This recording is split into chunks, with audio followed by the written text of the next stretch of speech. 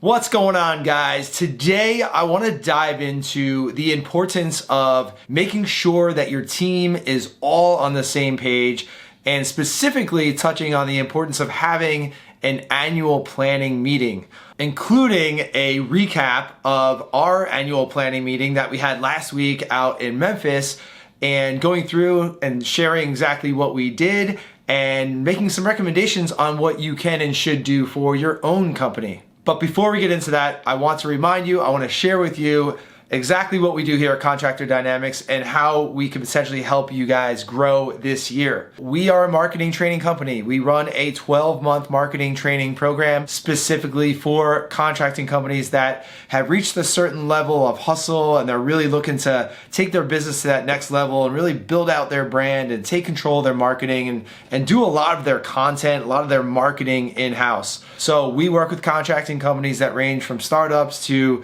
$30 million companies and everywhere in between. And a typical engagement for us is 12 months. An ideal client for us is where there's a company where someone, in addition to the owner rather, is working on marketing for a consistent 10 to 40 hours every week. You're in this position if you've tried outsourcing your marketing, you've bought the leads, you worked with agencies and freelancers, and you haven't gotten the results that you wanted, and you really want to take control over your brand, you really want to take control over your business, over your growth, and you want to do at least some of your marketing, maybe all of your marketing in-house. We are the hands-on training company that will help you do that. We work one-on-one with our clients week in and week out as a team of experts by your side to guide you on creating content, on running your social media marketing, running social media advertising, building out a whole tracking and follow-up and nurture system for your marketing department inside your business. So if that's you, you're looking to take more control of your marketing, reach out at one of the links below or check us out at contractordynamics.com. You can check out what we do there. Schedule a call with one of us here on our team. We can walk you through that in a no pressure way. This is our busiest time of year right now in February when I'm recording this, where we are bringing on growth-minded contractors that really want to crush it. They really want to have a game plan, a marketing plan. They want to have a solid plan to achieve their goals this year and beyond. So if that's you, check out the links, head on over to contractordynamics.com, and we'd love the opportunity to get to know you and to chat with you.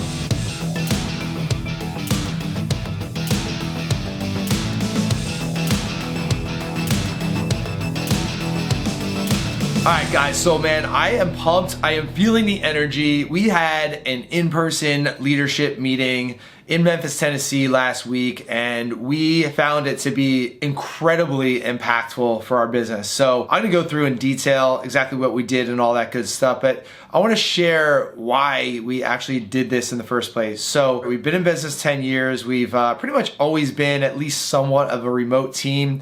We've got team members all over the country, and the reason for that is that I've always wanted to find the best people for the roles that we have, regardless whether they're in my geographical area right here in New Jersey or not. We've been able to do that. We've been able to go out there and find industry experts, subject matter experts, marketing experts, contracting industry experts, contracting company owners on our team, and really provide the best possible services and products to our clients to align with our core value of helping our clients win. And over the years, we haven't always been as aligned, especially as a remote team. Now, you might not have a remote team, but you might have that sense of like, man, like I don't feel like we're aligned. I don't feel like there's a common vision. I don't feel like we have the core values down. I don't feel like the communication's there. And I feel like, if you've ever felt this way, like as a business owner or a leader, we've got a lot of us that are working really, really, really, really hard, but we're not really, on the boat, like rowing all together in unison in the same direction, right? We want to have the right people in the right seats, rowing at the same cadence in the same direction toward that common vision. And without that, it can be really hard because a lot of times you feel like you're spinning your wheels. You feel like you're working really hard. There's always problems. There's always fires. You feel like you can't really work yourself out of your job. You feel like you're working in your business. You really want to elevate and work on your business, but you kind of need to be in the weeds. All those things that I just described, and there's many more, as we all know, like those are all symptoms that there is not a aligned vision, there is not a cohesive game plan, there is not a system for running that business. And so we've been implementing EOS over the past, I would say, year entrepreneurial operating system, which is the business operating system that is detailed in the book Traction, which a lot of people have read, but not many companies have actually implemented that. And we've been implementing that pretty seriously over the past year. And we had our leadership meeting last week in person, our first annual in-person leadership meeting. I feel like our business took a giant leap forward, not just in terms of growing or speed or anything like that, but in terms of quality and really cohesiveness. So here's how we broke it down for our leadership meeting. Again, we follow EOS, Entrepreneurial Operating System. You can go to eosworldwide.com if you want to check out more info about that. We're just chugging the Kool-Aid at this point, man. It is just because everything that we've implemented has been such a blessing and such a positive for our business that we're just I want more, give me more, right? They just came out with their 7th book, the EOS organization, and I'm currently reading that 7th book, and I'm just devouring everything. So we follow EOS. What you're supposed to do is a 2 full day in-person meeting at the beginning of every year to kind of plan out your year. We did a slightly condensed version just because of travel schedules, and again, we're all over the country. So we did I would say a day and a half. It was really about 24 hours, honestly, that we were all on the ground in Memphis. We did have a couple of pre-meetings where we got some things outlined on a Google Doc and in our Google Drive so that when we got there, we just we already had our game plan, we were ready to go, and we hit the ground running.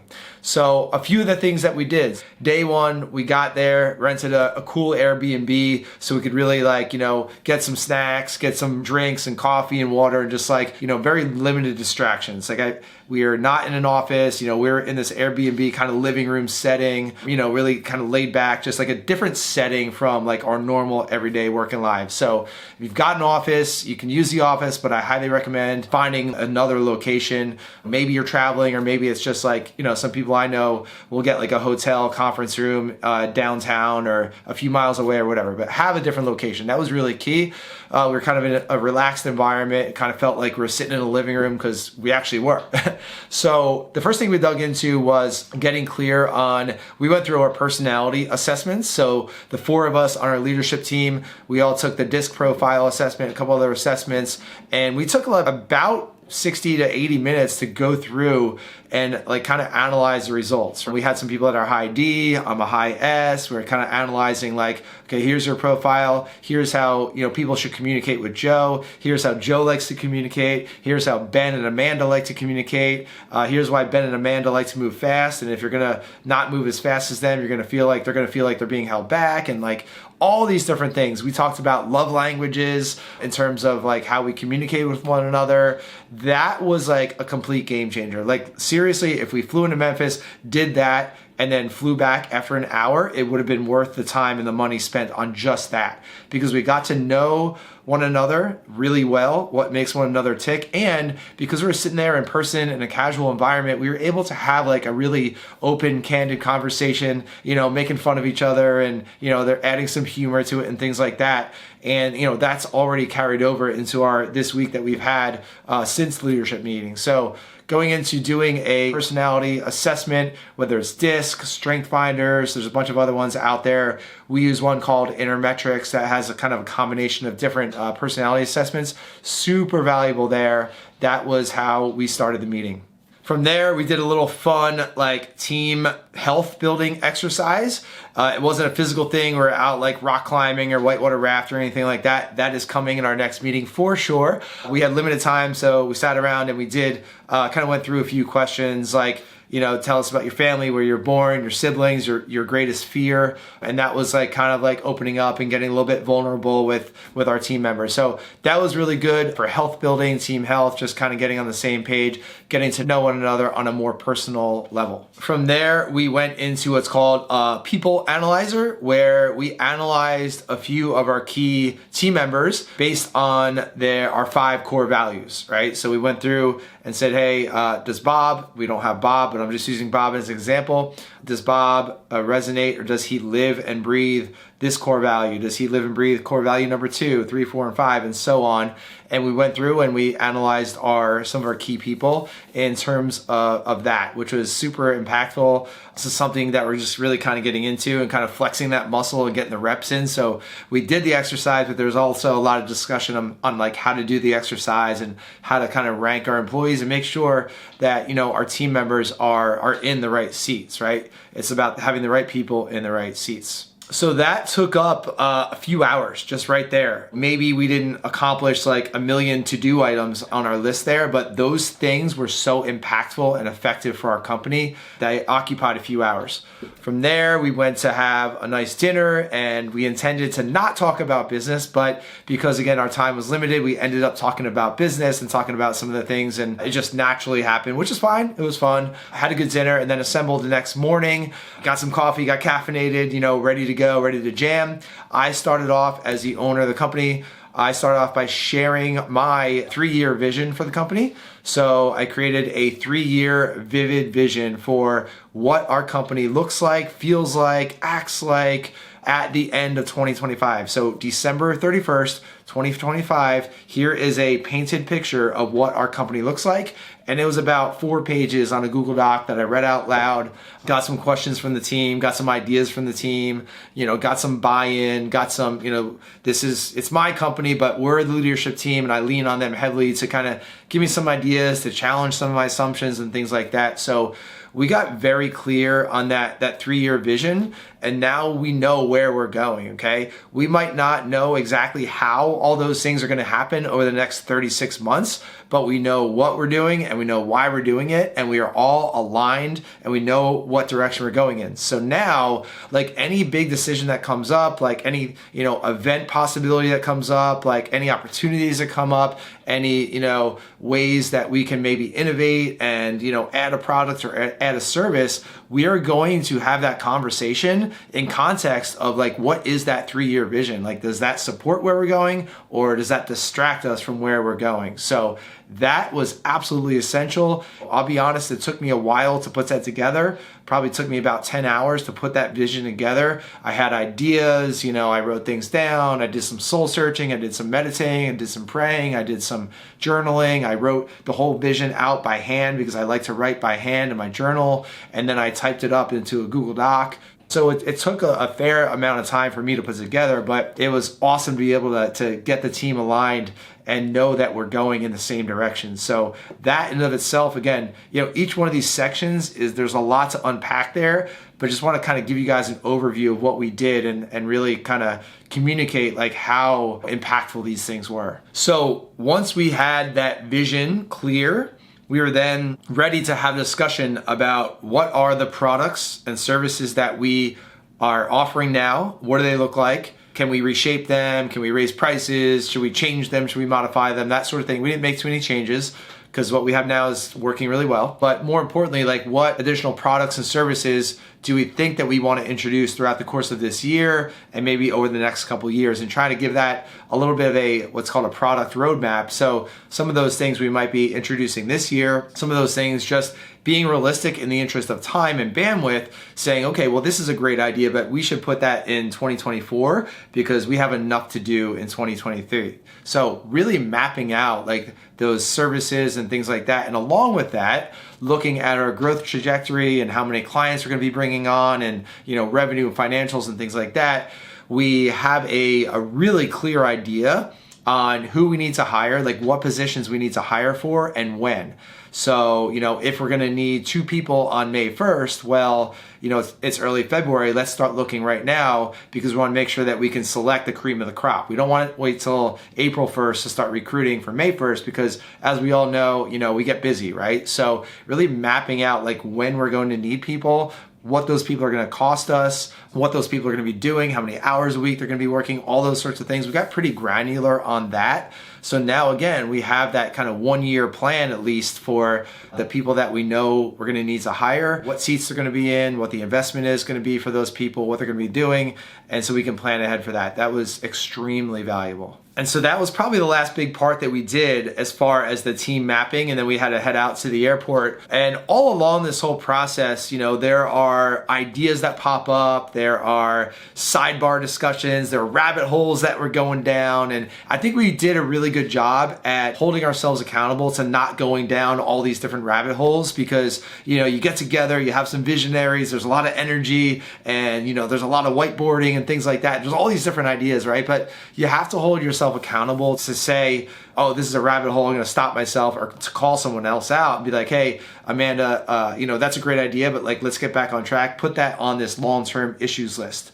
So we created this long-term issues list for these things that we definitely want to explore. You know, they might be issues or problems or challenges, or they might be opportunities. We listed those on like this long-term issues list that we can look at later, just in the interest of time. So that's it. That was our 24-hour leadership meeting in a nutshell. I'm really condensing a lot into a short amount of time right here on this piece of content. We left those 24 hours at the airport like exhilarated, excited, exhausted at the same time. It's like your brain is just working, you know, and didn't get as much sleep as I wanted and all that good stuff, but it's all good. And now, you know, we're back into our rhythm of our regular week and our meetings and our communication, all that good stuff. So feels really good. The team is aligned, and we're able to, as a leadership team of 4, take what we discussed and kind of cascade those lessons, those messages, you know, some of that content down to the other team members on our team, so that we can create that complete team buy-in. And that is what's going to propel us to actually achieve that vision, or to realize that vision that we have set out for the end of 2025. So to wrap it up, my call to action to you is to make time for this, all right? This is this content is first being published in February 2023. You might be consuming it at a later date, whatever. I would encourage you, whatever time of year it is, you don't have to wait till January 1st, okay? You can do this in August or May or whatever it might be. Carve out some time with your leadership team. And if you are a company of 1 and it's you and your spouse, or it's you and an assistant, hey, that's your leadership team. If it's only you, then it's you and a whiteboard, okay? It was only me for a while too, and I, you know, should have had these annual planning meetings with myself, right? Definitely easier with a team, because you can hold one another accountable, you can, you know, have that communication, you can split up duties and things like that. But carve out some time to do this. Again, get out of the office, get out of the regular kind of hustle and grind, get into like a creative environment, and really get on the same page with your vision as an owner, with, you know, what your leadership team wants, what they want for their personal lives and for their careers. That's really important, right?